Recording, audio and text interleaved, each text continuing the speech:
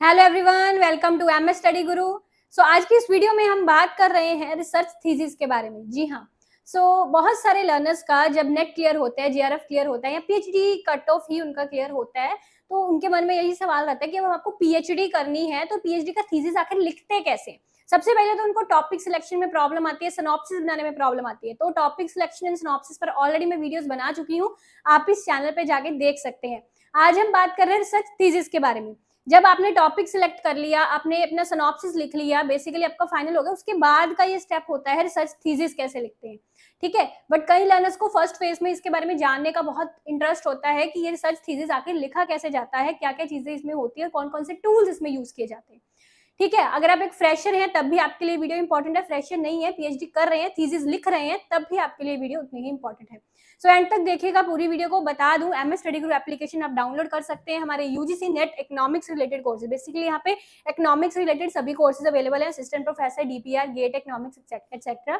Specialisation हमारा UGC NET economics में। ठीक है जी, सो देखिए, लेट्स सी थीसिस राइटिंग का अगर आपको प्रोसेस यहाँ पे समझा दूं, स्टेप्स यहाँ पे अगर आपको समझाऊं, तो सबसे पहला स्टेप रहता है यहाँ पे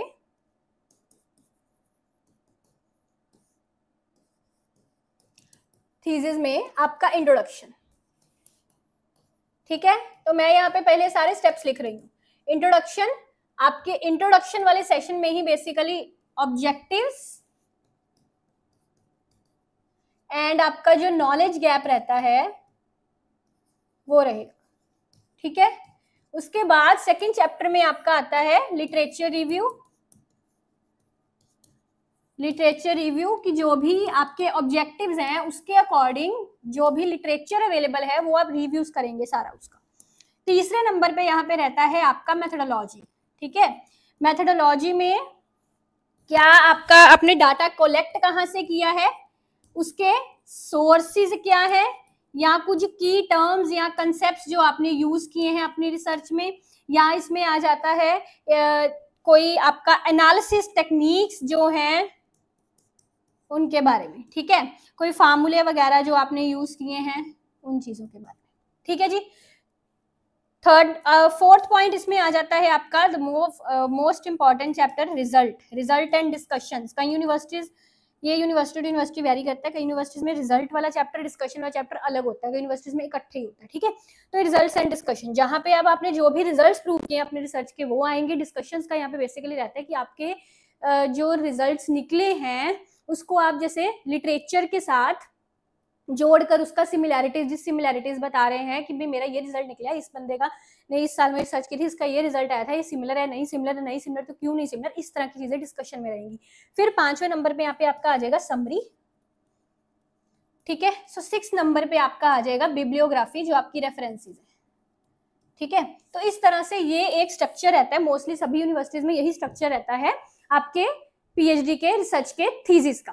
ठीक है जी, अब यहाँ पे ध्यान से समझिए, जब अपना थीसिस लिखते हैं तो जब अपना सिनॉप्सिस ही लिख लेते हैं, सिनॉप्सिस में आपको ये चीजें माइंड में क्लियर होती हैं कि जिस टॉपिक पे आपको रिसर्च करना है उसके लिए अपने डाटा कहाँ से लेना है, एनालिसिस मेथड्स कैसे लगाने हैं और आपके ऑब्जेक्टिव्स क्या होंगे, ये चीजें तो हमारी फाइनलाइज हो जाती है सिनॉप्सिस में ही। आपके ऑब्जेक्टिव्स, आपका नॉलेज गैप, ये सारा सिनॉप्सिस में फाइनल कर चुके होते हैं। और आपका जो डाटा है, मतलब मेथड्स जो रहेंगे, डाटा कलेक्शन कहाँ से आप करेंगे, ये चीजें भी हमने सिनॉप्सिस में अपने फाइनल कर ली होती है। ठीक है, अब बस उस पर हमको काम करना होता है। तो जब आप थीसिस लिखना शुरू करते हैं, सबसे पहले तो हम काम करते हैं रिजल्ट्स पर, मतलब लिखने की बजाय सबसे पहले हम रिजल्ट्स प्रूव करते हैं। रिजल्ट्स प्रूव करने के लिए जहां से भी आप डाटा ले रहे हो, प्राइमरी सोर्स से, सेकेंडरी सोर्स से, है ना, उस पर जो भी आपको एनालिसिस टूल्स लगाने हैं, एनालिसिस टूल्स आपको कौन से यूज करने हैं, एक्सेल पर करना है, कोई सॉफ्टवेयर यूज करने हैं, वो लगा के अपने पहले रिजल्ट्स प्रूव करोगे। रिजल्ट्स प्रूव करोगे, अपने जो भी रिजल्ट्स में आपके टेबल्स बनेंगे, फ्लो चार्ट्स बनेंगे, चार्ट्स बनेंगे, उनको बनाओगे पहले आप। ठीक है, वो एक जगह सारे पहले आप इकट्ठे करोगे अपना रिजल्ट्स वाला चैप्टर। रिजल्ट्स वाला चैप्टर का मीन सिर्फ रिजल्ट्स ही है, उसमें अभी हमने कुछ लिखा नहीं है उसमें। दैट मीन्स आपने जो भी आपका हिपोथेसिस है उसको प्रूव किया है, टेबल्स, उसके चार्ट्स, उसके ग्राफ्स वगैरह के थ्रू। ठीक है, अब जब हम थीसिस लिखना शुरू करेंगे तो इसमें सबसे पहले जैसे हमको इंट्रोडक्शन लिखनी है, अब इसके लिए सबसे हर एक चैप्टर के लिए लिटरेचर बहुत काम की चीज है। लिटरेचर बहुत काम की चीज इसलिए है बिकॉज जब आप इंट्रोडक्शन लिखेंगे, लिटरेचर रिव्यू लिखेंगे, रिजल्ट्स एंड डिस्कशन वाला चैप्टर लिखेंगे, मेथोडोलॉजी में भी आपका लिटरेचर रिव्यू बहुत काम आएगा। ठीक है, जैसे जब आप इंट्रोडक्शन लिखनी शुरू कर रहे हैं, उसमें ये नहीं है उसमें कि सारा कुछ आपको ही अपनी तरफ से लिखना होता है, उसमें आप पेपर्स पढ़िए, इस टॉपिक पर पहले कौन सी रिसर्चेज हुई थी उनके पेपर्स पढ़िए, ठीक है। देखिए मैं आपको एक चीज समझाती हूँ, to be frank, mostly universities में आपको मैनुअली चीजें करना सिखाते हैं, ये सारी, कि आप ये जर्नल उठाइए, इसमें ये पेपर्स पढ़िए और इस पेपर्स 3-4 पेपर्स को पढ़िए और इसके थ्रू अपना इंट्रोडक्शन का पैराग्राफ क्रिएट करिए, कि पहले इन 3-4 पेपर्स की इंट्रोडक्शन को पढ़िए जो आपके टॉपिक से रिलेटेड है, उसके बाद बंद करके आप अपना इंट्रोडक्शन का पैरा लिखिए। मोस्टली इस तरह से सिखाते हैं लिखना। बट यहाँ पे आजकल क्योंकि एआई का जमाना आ गया है और भी काफी सारे तरीके हैं, इसके लिए आप आर्टिफिशियल इंटेलिजेंस यानी कि एआई का भी यूज कर सकते हैं, but too much reliance on everything is not good. Too much Reliance उस पर भी अच्छा नहीं है, बिकॉज उसमें भी आपको पैराफ्रेजिंग करनी पड़ेगी, अपना बीच में कॉमन सेंस, अपनी क्रिएटिविटी ऐड करनी पड़ेगी, पूरा ही आप उस पर रिलाई नहीं कर सकते। आप चैट जीपीटी जैसे टूल के थ्रू भी ये चीज कर सकते हैं। उसमें क्या होगा कि जैसे आपके पास अपने टॉपिक के सिमिलर 3-4 पेपर्स हैं, उन पेपर्स को आप जैसे ही चैट जीपीटी पर अपलोड करोगे और उसको चैट जीपीटी को कहोगे कि इसका लिटरेचर रिव्यू, इसका समरी या इसका इंट्रोडक्शन जो है वो करके दिखाओ, तो वो सारा उन पेपर्स का जो भी इंट्रोडक्शन है या उन पेपर्स में ने जो कोई अगर मेथोडोलॉजी यूज की हुई है ना, या उसके रिजल्ट्स क्या आ रहे हैं, वो सारी चीजें आपके सामने एक समराइज फॉर्म में आ जाती हैं। उसके थ्रू भी आप अपना राइटिंग कर सकते हैं, उसके थ्रू भी आप अपना इंट्रोडक्शन लिख सकते हैं, अपना मेथोडोलॉजी डिसाइड कर सकते हैं और मेथोडोलॉजी लिख सकते हैं, लिटरेचर रिव्यू भी उसके थ्रू लिख सकते हैं। बट जैसे कि मैंने पहले कहा, पूरा आप उस पर रिलाई नहीं कर सकते, because yes, chat GPT do mistakes, artificial intelligence में मिस्टेक्स करेगा, उसमें बहुत सारी चीजें हैं जो आपको खुद अपनी क्रिएटिविटी के साथ ठीक करनी पड़ेंगी, सही करनी पड़ेगी, ठीक है।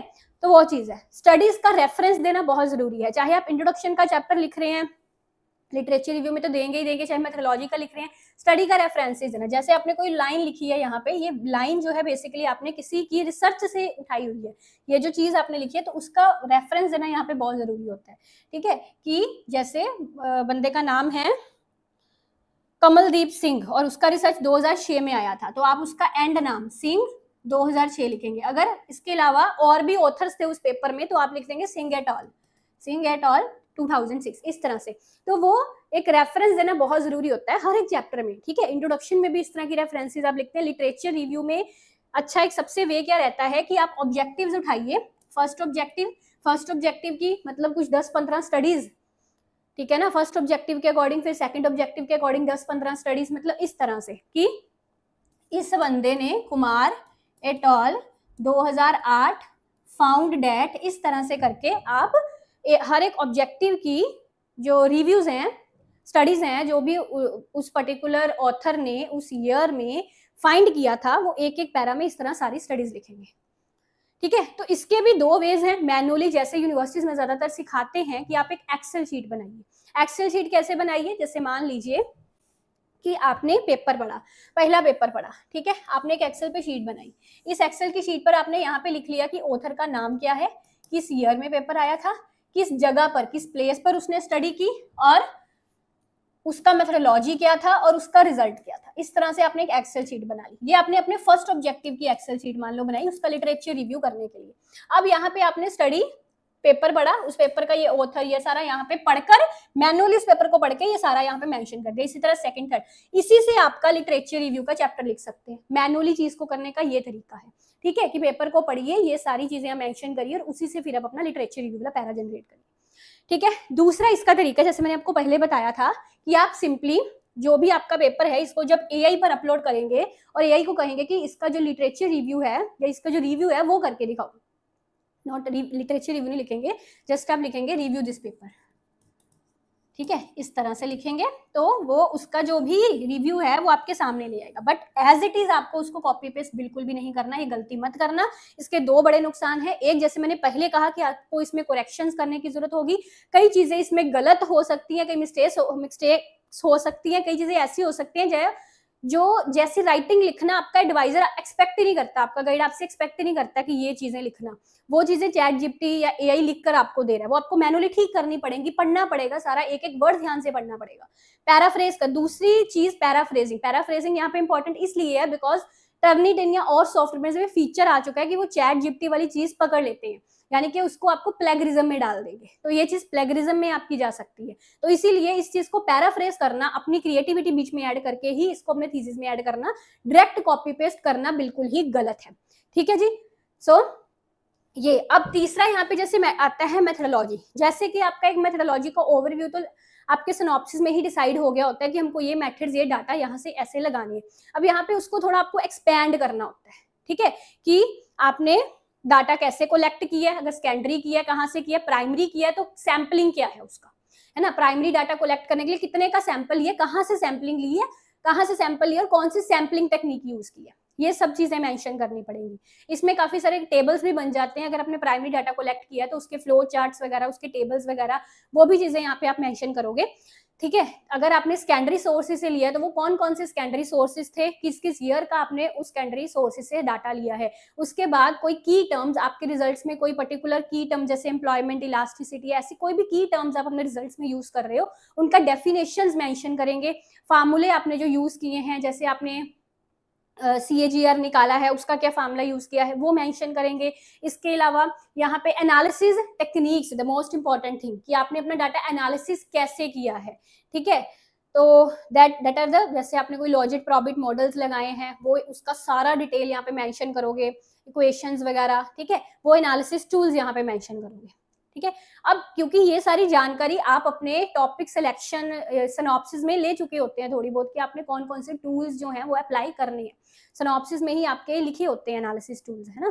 तो यहाँ पे जस्ट उनको आपको इलेबोरेट करके लिखना है। तो ऑब्वियसली यहाँ पर भी आप पेपर्स का सहारा लेते हैं।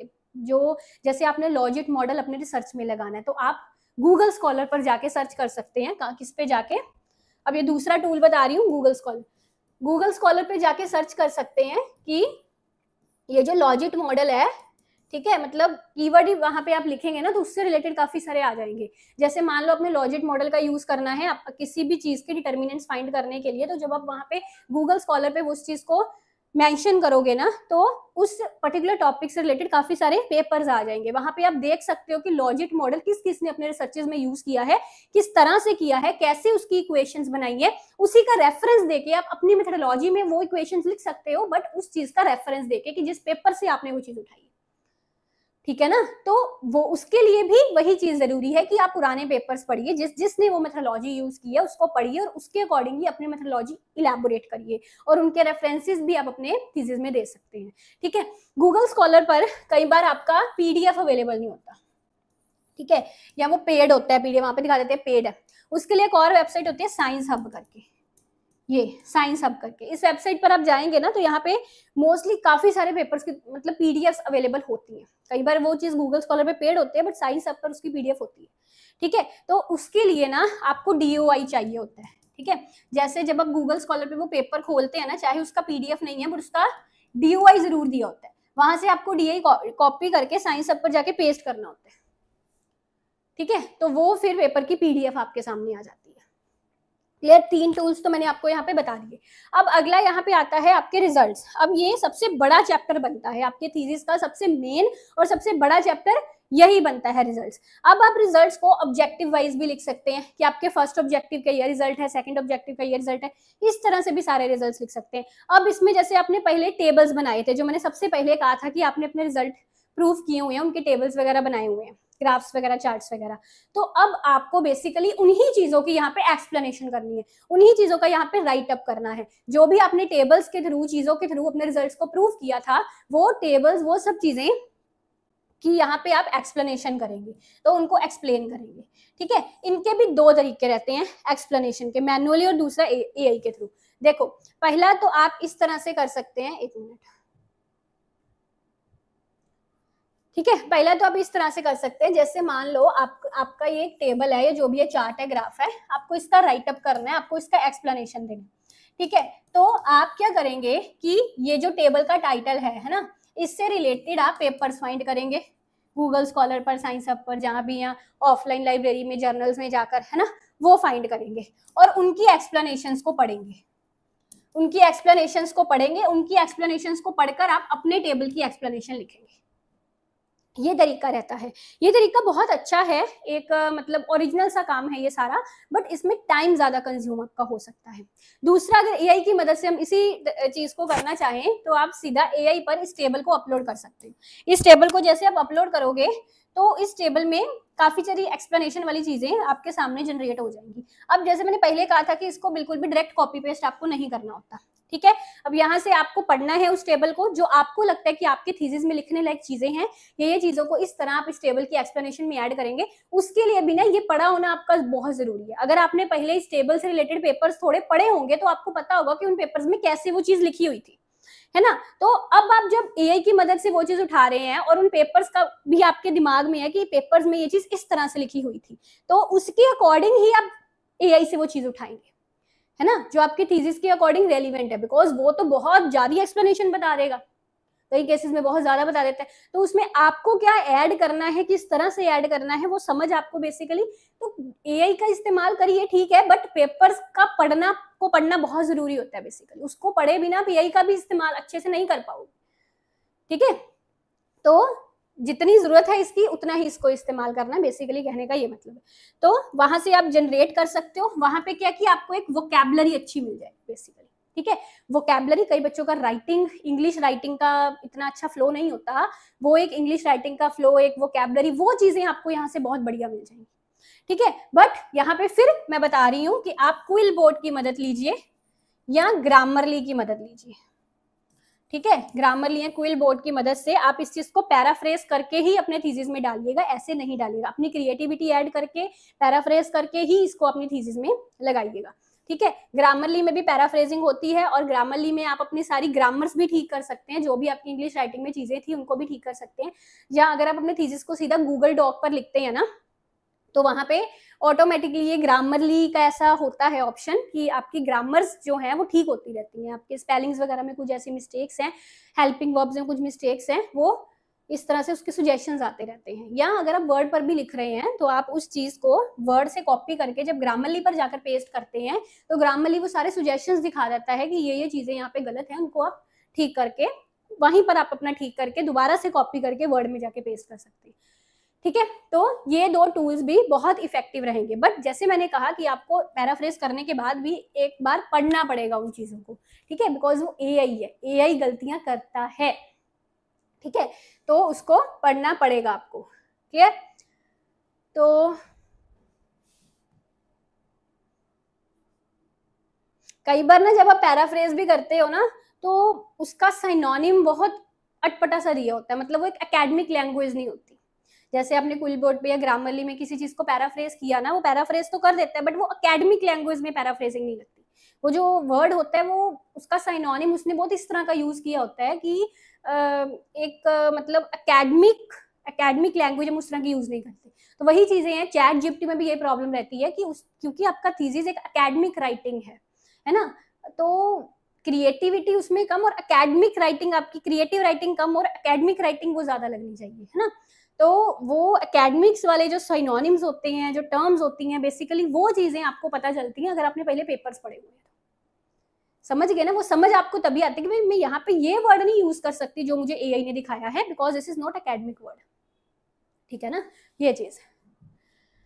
तो डिस्कशंस का मैंने आपको समझा ही दिया कि आपकी जो रिसर्चेज हैं वो लिटरेचर से, मतलब जो आपने पहले लिटरेचर रिव्यू में रिसर्चेज लिखी थी, है ना, इससे कैसे रिलेट कर रही हैं, क्या क्या सिमिलैरिटीज हैं, जो आपका रिजल्ट ये निकला है एंड ये रिजल्ट इन लाइन है इन स्टडीज के या इन लाइन नहीं है इन स्टडीज के, कॉन्ट्रास्ट है, सिमिलर है, वो चीजें डिस्कशंस में आती हैं। फिर उसके बाद समरी होगी, समरी के बाद है रेफरेंसेस। अब रेफरेंसेस के लिए आपका मेंडले सॉफ्टवेयर होता है, कौन सा,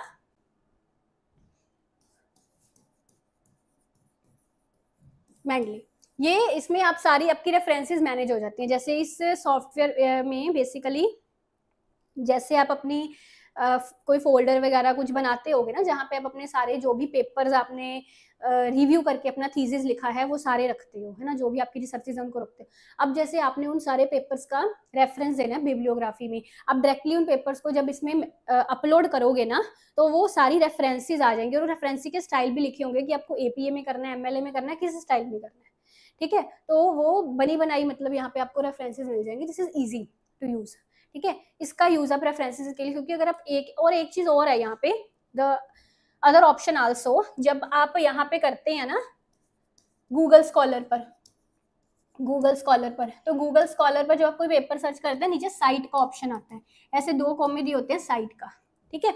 यहाँ से भी आप डायरेक्ट साइट पे क्लिक करके अलग अलग फॉर्मेट्स में आपका जो बिब्लियोग्राफी है वो आ जाती है। यहाँ से भी आप डायरेक्ट कॉपी करके अपने थीसिस के रेफरेंसेस वाले सेक्शन में जाके उस पेपर को पेस्ट कर सकते हो, बट यहाँ पे एक एक का आपको मैनुअली करना है ना। तो मैंडली में आप सारे इकट्ठे अपलोड करके उनका वो कर सकते हो, बिब्लियोग्राफी पता कर सकते हो, ठीक है। तो ये चीज रहती है। अब एक और होता है वैसे सेमेंटिक स्कॉलर, ये भी काम की चीज है, इसमें भी आपको डाटा मिल जाएगा अपने रिसर्च के रिगार्डिंग, इसका भी आप यूज कर सकते हो, ठीक है जी। तो आई थिंक ये चीज आपके लिए बेनिफिशियल होगी। इसके अलावा मेरी एप्लीकेशन पर एक कोर्स है हाउ टू राइट सिनॉप्सिस का, जो बिल्कुल बिगनर्स बच्चे हैं उनको मैंने कुछ 7-8 वीडियोस में समझाया हुआ है कि आपको अपना प्रपोजल कैसे लिखना है, रिसर्च प्रपोजल कैसे बनाना है, किस किन चीज़ों को ध्यान में रखना है, सिखाई गई है उसमें ये सारी चीज़ें। आप किसी भी फील्ड में, इकोनॉमिक्स में, किसी और फील्ड में है, उस कोर्स का मदद ले सकते हैं अपना सिनॉप्सिस लिखने में, अपना पेपर लिखने में भी, ठीक है जी। सो आज की वीडियो में इतना ही, थैंक यू।